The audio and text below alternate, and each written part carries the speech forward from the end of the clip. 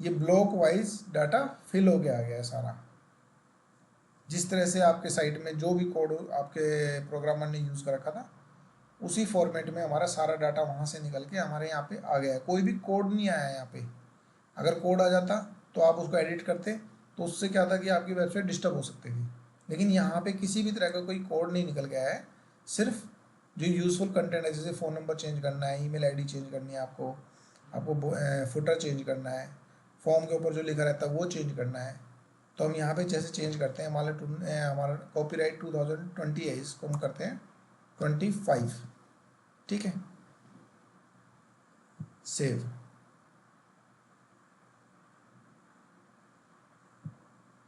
ठीक है, अब इस पेज का प्रीव्यू देखते हैं।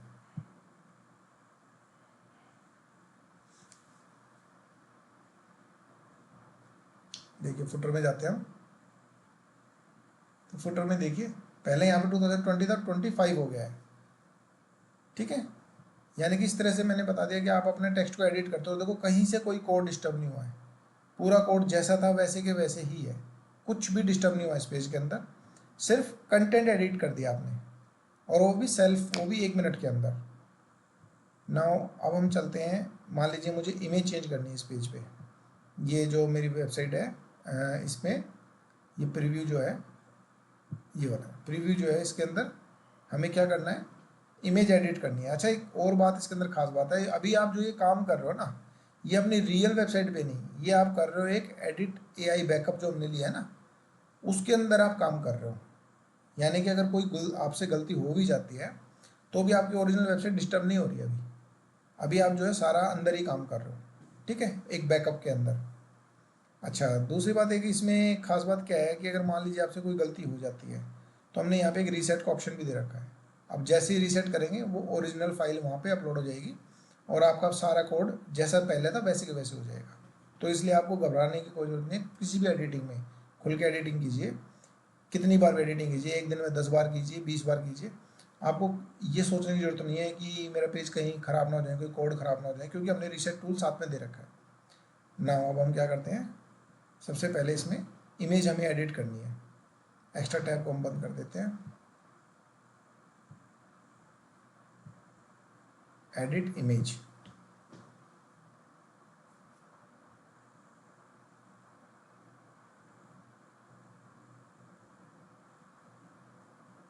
ये देखिए, जैसे ये इमेज अननोन इमेज है, यानी कि आपके उसमें कोई कोड ऐसा पड़ा हुआ है जिसके अंदर इमेज नहीं है, लेकिन वो वहाँ पे उन्होंने आपके प्रोग्रामर ने डाल रखा है, लेकिन ये इमेज हमें डिस्प्ले नहीं करे। इसका मतलब वहाँ पे इमेज है नहीं, लेकिन कोड डला हुआ है सिर्फ। ये इमेज आ गई है, ये ब्लैंक इमेजेस हैं। ये देखिए इमेजेस आ गई हैं, सभी इमेजेस और उनके साइज़ वगैरह यहाँ पे डिस्प्ले कर रहे थे। जितनी भी इमेजेस उस पेज पे थी, वो सारी की सारी इमेजेस देखिए यहाँ पे निकल के आ गई हैं। अब एग्जांपल लीजिए, जैसे कि मैं इस इमेज को चेंज करता हूँ। ये इमेज कहाँ है, देखिए यहाँ पे है ये इमेज गैलरी में। आज इस इमेज को अब मैं क्या करता हूँ, चेंज करता हूँ। तो सिंपल यहाँ से क्लिक करना है, चाहे आप मोबाइल में यूज़ कर रहे हो, चाहे आप लैपटॉप में यूज़ कर रहे हो, कहीं से भी आप इसको एक्सेस कर सकते हो। ट्रैवलिंग के टाइम पे भी एक्सेस कर सकते हो। मैंने इसके अंदर क्या किया, मैंने उस इमेज को चेंज करके और मैंने यहाँ पे ये इमेज इंसर्ट कर दी, या मान लीजिए ये कर दी मैंने इंसर्ट, ओपन। ठीक है, बाकी इमेजेस मेरी ऐसे ही, मैंने बाकी इमेजेस को चेंज नहीं किया, क्योंकि मेरे को सिर्फ जो है उसी इमेज को चेंज करना था। आप चाहे तो सारी इमेज चेंज कर सकते हैं। Save changes.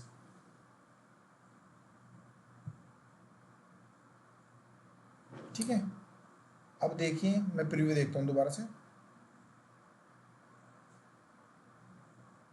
बाकी सब कुछ वैसे के वैसे ही है, कुछ भी डिस्टर्ब नहीं हुआ। सारी इमेजेस जैसे डली थी वैसे ही डली हुई हैं। लेकिन आपकी यहाँ पे जो ईटो की इमेज थी, उसकी बजाय आपके अबाउट अस की इमेज यहाँ पे डिस्प्ले हो गई है। ठीक है, देखिए कुछ भी चीज़ डिस्टर्ब नहीं हुई है, जैसा था वैसे के वैसे सब कुछ आ गया है। सिर्फ इमेज आपकी जो है यहाँ पे एडिट हो गई है। तो कितना सिंपल है ये। आप अपनी इमेज को किस तरह से, कितने सिंपल तरीके से आप यहाँ पे एडिट कर रहे हो। अच्छा, अब नेक्स्ट पार्ट आते हैं, रीसेट। मान लीजिए आपसे कोई गलती हो गई है। ठीक है, मान लीजिए आपको लगता है कि मेरे को ये इमेज ऐड नहीं करनी थी, मेरे को यहाँ पे ये एडिट नहीं करना था, आपसे कोई गलती हो गई है कोडिंग करते हुए या जो भी है, किसी भी तरह की एडिटिंग करते हो, तो आपको सिंपल रीसेट का बटन दबाना है। ये क्या करेगा, आपके पेज को ओरिजिनल फॉर्मेट में ले आएगा।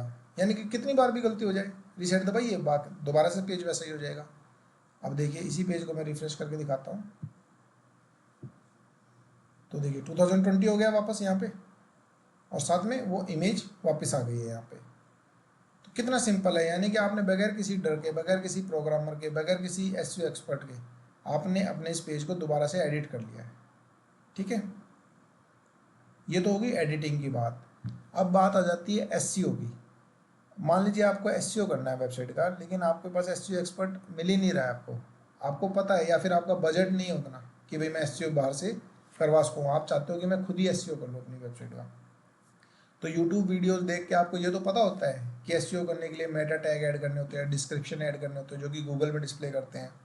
ठीक है, आपको ये भी पता है कि भाई मैं इमेजेस का ऑल्ट टैग डालना चाहता हूँ, काफ़ी कुछ पता है आपको, लेकिन वेबसाइट को नहीं टच कर पा रहे आप। यानी कि वेबसाइट को, जो वेबसाइट के अंदर चेंजेस होने हैं, उन चेंजेस को करते वक्त आपको डर लग रहा है कि कहीं मेरी कोड ख़राब ना हो जाए। और आप अगर मान लीजिए डेवलपर को हायर करते हो तो वो बहुत ज़्यादा चार्ज करता है आपसे। एक नॉर्मल से एडिटिंग करने के लिए 1000 से 5000 रुपये तक वो चार्ज कर देता है आपसे। एसईओ एक्सपर्ट को बुलाते हो तो वो क्या करेगा कि आपसे चेंजेस तो करेगा नहीं साइड में, लेकिन आपसे नॉर्मली आपको सजेशन देने के नाम पे, या आपको कहेगा कि ये कोड इंसर्ट करना है, वो आपसे एक मंथली फीस बांध लेगा, 5000 रुपये, 10,000 रुपये, 15,000 रुपये, कुछ भी एक मंथली फीस आपसे बांध लेगा, जो कि क्या करती है, आपके बजट को बिगाड़ देती है। उतना आपका बजट होता नहीं है, आपका टोटल बजट है मान लीजिए 5000 रुपये महीने का, और वो आपसे 5000 वही बंदा चार्ज कर लेगा, तो फिर वो मतलब प्रमोशन क्या करेगा। तो वहाँ पे आपकी दिक्कत जो आती है, उस दिक्कत के सॉल्यूशन के लिए हमने बनाया है एसईओ। यानी कि आप अपनी वेबसाइट में खुद ही एसईओ कर लीजिए। आपको कुछ नहीं आता, आपको बिल्कुल नहीं पता, ABCD भी नहीं पता आपको एसईओ की, तब भी आप अपना एसईओ खुद ही कर सकते हो। इस टूल पे क्लिक करते के साथ ही ये देखिए, ये क्या करेगा, एक बेसिक यानी कि जो कंपलसरी चीज़ होती है ना एसईओ की, उन चीज़ों को निकाल के ले आएगा आपके सामने, आपकी वेबसाइट में से, अगर आपने सही तरह से फिल नहीं कर रखे हैं तो। टाइटल टैग, यहाँ पे आप अपना टाइटल डाल दीजिए, जो भी आपको लगता है, जो भी आपका प्रोडक्ट का कीवर्ड है, लोकेशन है, ठीक है, जिसमें या सर्विसेज है, जिस पे भी आप काम कर रहे हो, वो टाइटल डाल दीजिए। डिस्क्रिप्शन टैग में डिस्क्रिप्शन डाल दीजिए, अगर ये ब्लैंक आता है या फिर कुछ भी गलत फिल होकर आता है तो आप उसको ठीक कर दीजिए। कीवर्ड, यहाँ पे अपने प्रोडक्ट से रिलेटेड कीवर्ड डाल दीजिए, ये वाला पार्ट आप ऐसे ही फिल रहने दीजिए। यहाँ पे अपनी कंपनी का नाम डाल दीजिए या अपना नाम डाल दीजिए, इस पार्ट को भी आप ऐसे ही रहने दीजिए। कॉपीराइट में आप अपनी कंपनी का नाम डाल दीजिए, ये भी रेटिंग भी ऐसे रहने दीजिए, गूगल बूट भी, बिंग भी, क्योंकि ये सारी चीज़ हमने बाय डिफ़ॉल्ट जो होनी चाहिए वो हमने फिल कर रखी है। अच्छा, OG title tag, OG description tag, ये बहुत इंपॉर्टेंट होता है। एक्चुअली में आप जो लोग एसईओ कर रहे हो, या नॉर्मली जो लोग एसईओ करते हैं, जो एसईओ एक्सपर्ट है, वो भी जो एसईओ करते हैं, उनको सिर्फ इतनी नॉलेज है कि हमें जो है टाइटल और डिस्क्रिप्शन टैग डालते हैं। क्यों? क्योंकि ये लैपटॉप के लिए बना हुआ है ये पार्ट, ये आपके मोबाइल के लिए नहीं बना हुआ है। मोबाइल का अगर आपको एसईओ करना है ना, मोबाइल पे भी आपका एसईओ हो जाए, लैपटॉप पे भी एसईओ हो जाए, तो OG टैग यूज़ होते हैं मोबाइल्स के लिए। OG title tag, OG description tag, ठीक है। व्यू पोर्ट, इसको भी आप टच मत कीजिए, ये भी मतलब हमारी तरफ से इंसर्टेड है। अच्छा, ये गूगल एडसेंस, ये क्या होता है कि किसी ने अगर यूज़ कर रखा है कोड तो उसका कोडिंग निकाल के लाता है, ये आपके उसमें ओपन नहीं होएगा। अगर आप गूगल के ऑथराइज एजेंट हैं तो ये डिस्प्ले करेगा। गूगल साइट वेरिफिकेशन, ये भी आपके उसमें डिस्प्ले नहीं करेगा, ये भी सिर्फ उन्हीं के में डिस्प्ले करता है जिन्होंने गूगल से अपनी साइट को वेरीफाई करा रखा होता है। अच्छा, अब आता है कॉनिकल टैग, ये भी बहुत इंपॉर्टेंट पार्ट है। आप कोई भी कंटेंट अपनी साइट में डालते हैं, उस कंटेंट को अगर कोई दूसरा बंदा कॉपी कर ले और वो कॉनिकल टैग आपसे पहले डाल दे, तो उस केस में क्या होगा कि गूगल उसको प्राइमरी कंटेंट मानेगा, आपके कंटेंट को मानेगा सेकेंडरी। तो मान लीजिए ये यूआरएल है आपका मेन वेबसाइट का, ठीक है, जैसे अभी तो हम बैकअप में काम कर रहे हैं, ठीक है, तो आपका जो मेन यूआरएल है वो मिला, ये हो गया है।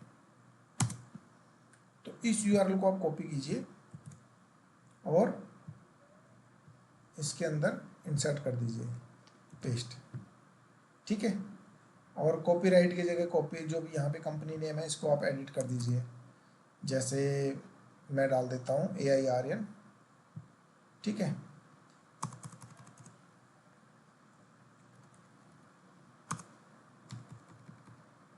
.com, ठीक है। और आपकी अपनी वेबसाइट है, जैसे मान ले राधे राधे जी है, तो यहाँ पे आपकी वेबसाइट का नाम डाल दीजिए या अपना जो भी आपको कंपनी का नेम है वो डाल दीजिए।